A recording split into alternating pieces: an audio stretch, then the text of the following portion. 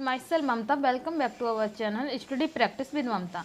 आज मैं आपके लिए लेके आई हूँ क्लास 6 एनसीईआरटी चैप्टर नंबर, ठीक है। इससे पहले वाली वीडियो में हमने 1 से लेके 7th तक चैप्टर कर लिए। अगर आपने हमारी वो वीडियोस नहीं देखी है तो आप हमारे चैनल पे आकर वो वीडियो को देख सकते हैं। आज हम करेंगे पॉलिटिकल साइंस क्लास 6 का चैप्टर नंबर 8, ठीक है, जिसका नाम है ग्रामीण क्षेत्र में आजीविका। आज हम पढ़ेंगे कि ग्रामीण क्षेत्र में जो आजीविका होती है, यानी को जीवन को चलाने के लिए जो भी कार्य होते हैं वो क्या क्या होते हैं, ठीक है, और लोग अपनी आजीविका कैसे चलाते हैं ग्रामीण क्षेत्रों में, ठीक है। चलिए हम स्टार्ट करते हैं। पहले पार्ट में हमने अपने जीवन में मौजूद अनेक तरह की विविधताओं पर नज़र डाले। अब देखिए, सबसे पहला पार्ट था तो हमने क्या पढ़ा था, विविधताओं के बारे में पढ़ा था। उसमें ये पढ़ा था कि हमारे जो भारत है उसमें डाइवर्सिटी यानी विविधता कैसे है, ठीक है। हमने इस पर भी विचार किया कि अलग अलग क्षेत्रों में रहने से वहाँ के लोगों के काम धंधे पर कैसे असर पड़ता है। और हमने ये भी पढ़ा था कि एक जगह से लोग विविधताओं कैसे मतलब हमारे देश में पैदा हुई हैं, क्योंकि लोग एक जगह से दूसरी जगह आजीविका के कारण ही जाते हैं और वहाँ पर जाकर अपने बोली भाषा कल्चर रहन सहन को छोड़ देते हैं। इसलिए क्या होता है कि विविधता हमारे देश में इतनी ज़्यादा है। वहाँ पर पाए जाने वाले पेड़ पौधे, वहाँ की फसलें या दूसरी चीज़ें किस तरह उनके लिए महत्वपूर्ण हो जाती हैं। इस पाठ में हम ये देखेंगे कि गांव के लोग किन विभिन्न तरीकों से अपनी आजीविका चलाते हैं।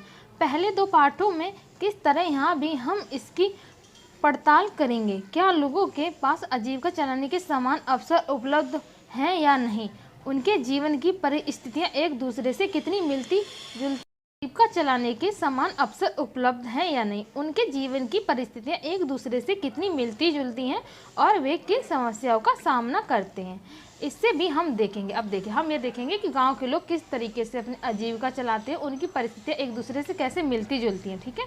हम ये सब इस पार्ट में पढ़ेंगे कि गांव के लोग जो है अपनी आजीविका कैसे चलाते हैं और आजीविका चलाने के लिए वो क्या क्या उपाय करते हैं। चलिए ठीक है, हम स्टार्ट करते हैं ये चैप्टर। कलपट्टू गाँव, ठीक है, हम किसके बारे में पढ़े, कलपट्टू गाँव। तमिलनाडु में समुद्र तट के पास एक गाँव है कलपट्टू। यहाँ लोग कई तरह के काम करते हैं। दूसरे गांव की तरह यहाँ भी खेती के अलावा कई काम होते हैं, जैसे टोकरी, बर्तन, घड़े, ईंटें, बैलगाड़ी इत्यादि बनाना। अब देखिए, तमिलनाडु में एक गांव है, ठीक है, जिसका नाम क्या है, कलपट्टू, ठीक है। यहाँ पर लोग जो है क्या काम करते हैं, यहाँ पर लोग जो टोकरी बनाते हैं, बर्तन बनाते हैं, घड़े बनाते हैं मिट्टी के, ईंटें बनाते हैं और बैलगाड़ी इत्यादि का काम यहाँ पर करते हैं। ये इनका क्या है, रोजगार है।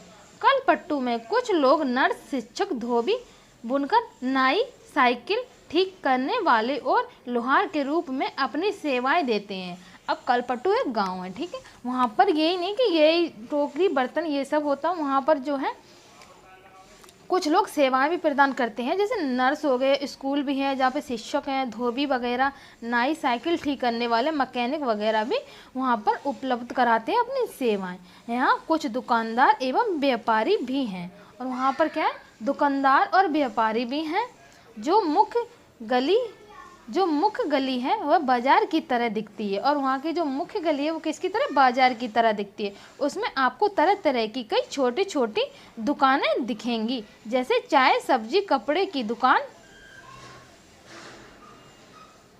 जैसे चाय, सब्जी, कपड़े की दुकानें तथा 2 दुकानें बीज और खाद की हैं, 4 दुकानें चाय की हैं, जहाँ टिफिन भी मिलता है। अब देखिए, यहाँ पर क्या है, कहते हैं कि वहाँ पे हर एक चीज़ की सुविधा है। चाय, सब्जी, कपड़े की दुकानें भी हैं, 2 दुकानें हैं जो बीज और खाद की हैं, 4 दुकानें चाय की हैं, जहाँ टिफ़िन भी मिलता है। अब टिफ़िन का मतलब है कि वहाँ पर नाश्ता वगैरह भी मिल जाता है लोगों को। यहाँ टिफ़िन, अब देखिए, यहाँ टिफ़िन का मतलब है खाने पीने की हल्की फुल्की चीज़ें, जैसे सुबह इडली, डोसा व उपमा मिलता है, और शाम के नाश्ते में बड़ा भोड़ा और मैसूर पाक मिलता है। चाय की दुकानों के पास एक कोने में एक लोहार का परिवार रहता है, उसके घर में ही लोहे की चीज़ें बनाने का काम होता है। अब देखिए, चाय की दुकान है तो उसके पास कौन रहता है, एक लोहार रहता है। लोहार रहता है जो लोहे की चीज़ें बनाता है। बगल में साइकिल की मरम्मत के लिए एक दुकान है। अब उसके बगल में एक साइकिल की रिपेयरिंग करने वाले एक दुकानदार भी हैं। वहाँ साइकिल किराए पर भी मिलती है। गांव में 2 परिवार कपड़े धोकर अपनी आजीविका चलाते हैं। गांव में 2 परिवार ऐसे हैं जो धोबी जिन्हें कहते हैं, वो अपने कपड़े धोकर अपनी आजीविका चलाते हैं। कुछ लोग पास के शहर में जाकर मकान बनाने और लॉटरी चलाने का काम भी करते हैं। अब जिन लोगों के पास कोई काम नहीं है वो क्या करते हैं, पास के शहरों में जाते हैं और वहाँ पे लॉटरी वगैरह चला के अपना काम धंधा चलाते हैं। गांव छोटी छोटी पहाड़ियों से घिरा हुआ है। सिंचित जमीन पर मुख्यतः धान की खेती होती है। ज़्यादातर परिवार खेती के द्वारा अपनी आजीविका कमाते हैं। अब क्या कह रहे हैं कि यहाँ पर जो है गांव पहाड़ियों से ढका हुआ है, यहाँ पर क्या सबसे ज़्यादा धान की खेती होती है और ज़्यादातर परिवार क्या करते हैं, खेती द्वारा ही अपनी आजीविका चलाते हैं। यहाँ आम और नारियल के काफ़ी बाग हैं। कपास, गन्ना और केला भी हैं, उगाया जाता है। आइए कुछ लोगों से मिले जो कलपट्टू के खेतों में काम करते हैं और देखें कि हम उनकी आजीविका के बारे में क्या सीख सकते हैं। आप कह रहे हैं कि आइए और वहाँ पर देखें कि वो लोग कैसे आजीविका करते हैं और हम उनकी आजीविका के बारे में कैसे सीख सकते हैं, ये हम वहाँ पर जाकर देख सकते हैं। अब हम पढ़ेंगे तुलसी, ठीक है। अब देखते हैं कि तुलसी कौन है इस चैप्टर में। हम सभी हैं रामलिंगम की ज़मीन पर काम करते हैं। उसके परिवार के पास कलपट्टू में 20 एकड़ धान की खेती है। शादी से पहले भी मैं मायके में धान की खेतों में ही मजदूरी करती थी।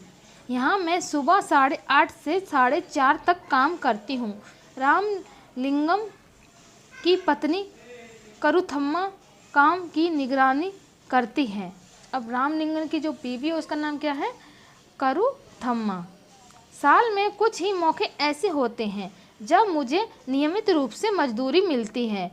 यह उन मौक़ों में से एक है। अब वो कहते हैं कि साल में कुछ ही मौके ऐसे होते हैं जहाँ हमें अपने काम की मजदूरी जो नियमित रूप से मिलती है, उनमें से ये एक मौका अब है। इस टाइम पे मैं धान रोप रही हूँ। जब धान की फसल थोड़ी बढ़ जाएगी तो रामलिंगम हमें निराई के लिए और बाद में कटाई के लिए बुलाएगा। अब वो कह रही है कि अभी तो मैं धान की रोपाई कर रही हूँ, लेकिन जब ये धान बड़ी हो जाएगी तो क्या करें, रामलिंगम हमें क्या करेगा, इसकी निराई के लिए और कटाई के लिए हमें फिर से बुलाएंगे।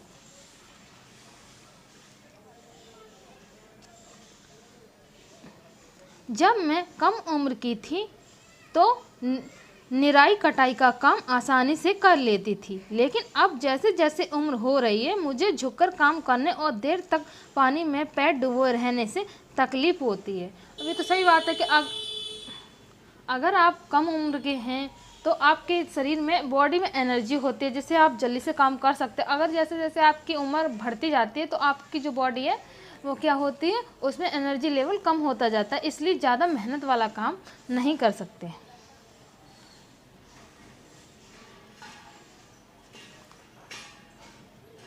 रामलिंगम एक दिन का 40 रुपया मजदूरी देता है। मेरे गांव में मजदूरी के रेट से यह थोड़ा कम है, फिर भी मैं मजदूरी के लिए यहीं आती हूँ। रामलिंगम पर मुझे भरोसा। अब वो कहती है कि जो ये है वो 40 रुपये देता है, बाकी इससे ज़्यादा मजदूरी मेरे गांव में मिलती है, लेकिन जो है रामलिंगम पे उसको भरोसा है कि ये मेरी मजदूरी को टाइम पर देंगे, तो इसलिए वो क्या करती है, वहाँ का काम छोड़कर यहाँ पर काम करने आती है। ठीक है।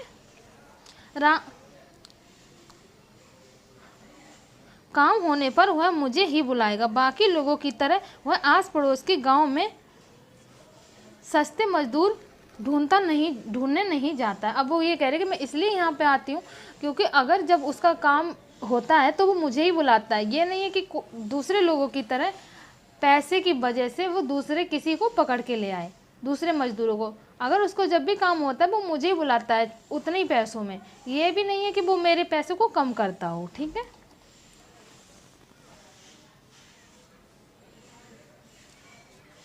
मेरे पति रमन भी एक मजदूर हैं। हमारे पास कोई ज़मीन नहीं है। साल के इन महीनों में वह खेतों में कीड़े की दवाई छिड़कता है। अब वो कह रही है कि हमारे पास कोई अपनी ज़मीन नहीं है, हम दूसरों की ज़मीन पर ही खेती करते हैं और वो क्या करते हैं, खेतों में कीड़ों की दवाई छिड़कते हैं। जब खेतों में कोई काम नहीं मिलता तो उसे पास की खान से पत्थर या नदी से बालू ढोने का काम मिल जाता है। ये पत्थर और बालू पास के शहरों में मकान बनाने के लिए ट्रक से ले जाते हैं। खेत में काम करने के अलावा मैं घर का सारा काम करती हूँ। मैं घर में सबके लिए खाना बनाती हूँ, कपड़े धोती हूँ, साफ सफाई करती हूँ। दूसरी औरतों के साथ जाकर जंगल से लकड़ी भी लाती हूँ। गांव से करीब 1 किलोमीटर दूर बोरवेल है जहाँ से पानी लेकर आती हूँ। मेरे पति घर का सामान जैसे साग सब्जी खरीदने में मेरी मदद करते हैं। ठीक है, अब वो कह रही है कि मैं यहाँ से काम करने के बाद अपने घर का काम भी करती हूँ। वहाँ से खाना बनाती हूँ और मैं सब्जी भी लाती हूँ और मैं क्या करती हूँ, 1 किलोमीटर जो दूर है बोरवेल, वहाँ से मैं पानी भी लेके आती हूँ। मैं अपने घर का भी सारा काम करती हूँ। चलिए ठीक है, अब हम आगे पढ़ते हैं।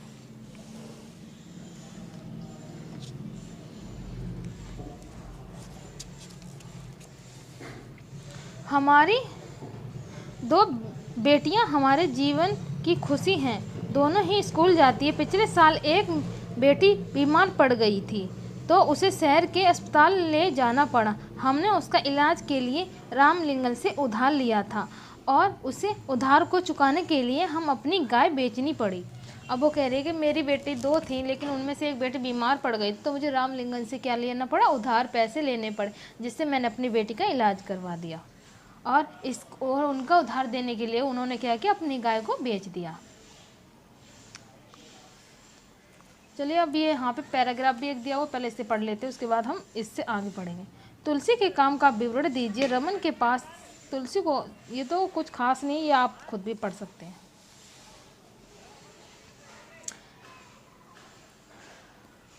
जैसा कि आपने तुलसी की कहानी में पढ़ा है कि ग्रामीण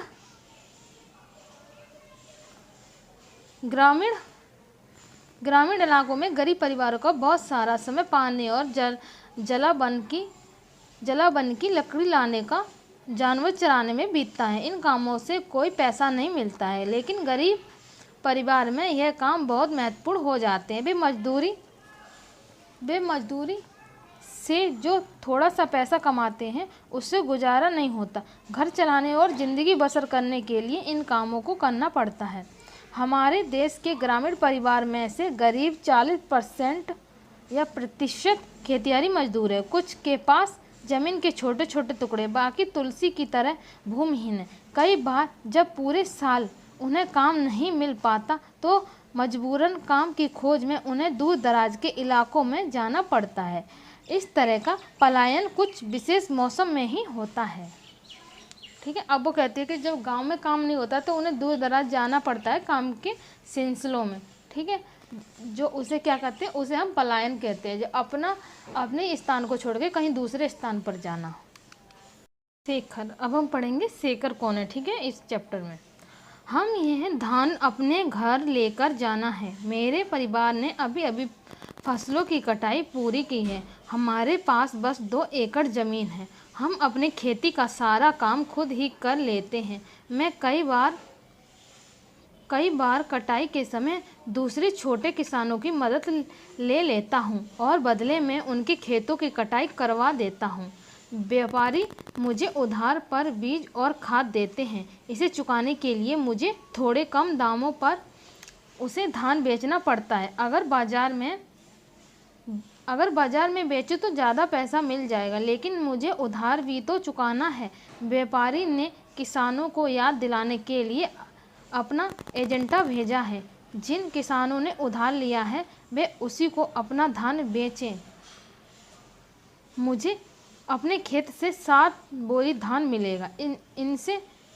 इनमें से कुछ से मैं अपना उधार चुका दूंगा और बाकी घर में लग जाएगा।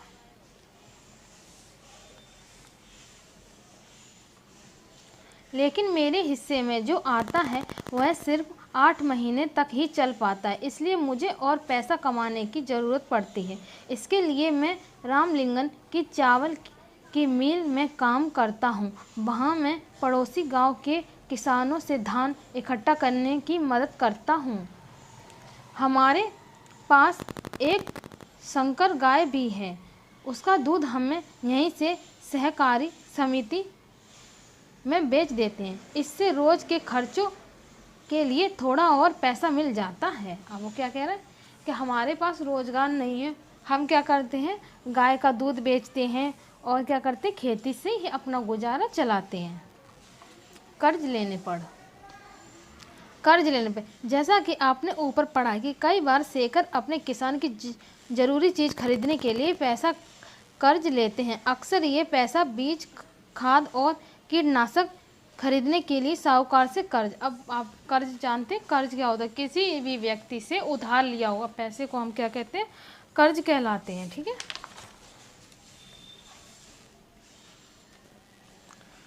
लिया जाता है। अगर बीज अच्छी किस्म के नहीं होते या फसल को कीड़ा लग जाता है तो पूरी फसल बर्बाद हो सकती है। बारिश पूरी नहीं होने पर भी फसल खराब हो सकती है। ऐसी स्थिति में किसान अपना उधार नहीं चुका पाते। कई बार परिवार चलाने के लिए उन्हें और पैसा कर्ज के तौर पर लेना पड़ता है। जल्दी ही कर्ज इतना बढ़ जाता है कि किसान कितना भी कमा ले वह उसे चुका नहीं पाते। इस स्थिति में कहते हैं कि किसान कर्ज तले दब गए हैं। पिछले कुछ सालों में यह किसानों की विपदा का मुख्य कारण बन गया है। कई क्षेत्रों में किसानों ने कर्ज के बोझ से दबकर आत्महत्या कर ली। और देखिए, जब उनकी फसल नहीं होती वो किसी से उधार पैसे लेते हैं, लेकिन जब वो उन्हें चुका नहीं पाते हैं, उनकी फसल इस तरीके से नहीं होती है, तो क्या होता है, किसान बहुत अपसेट हो जाते हैं और इसके कारण वो कई बार जो है आत्महत्या भी कर लेते हैं। चलिए, यहीं पर हमारा ये पहला पार्ट इसका ख़त्म होता है। इसका जो बाकी बचा हुआ चैप्टर है वो हम करेंगे अपने सेकंड पार्ट में। अगर आपको हमारी ये वीडियो अच्छी लगी तो वीडियो को लाइक, शेयर और सब्सक्राइब जरूर करें। आने वाले बेल नोटिफिकेशन आइकन को प्रेस करें जिससे हमारी आने वाली वीडियो आप तक पहुंच सके। हम मिलेंगे इसी का ही सेकंड पार्ट लेकर अपनी अगली वीडियो में। जब तक के लिए बाय एंड टेक केयर।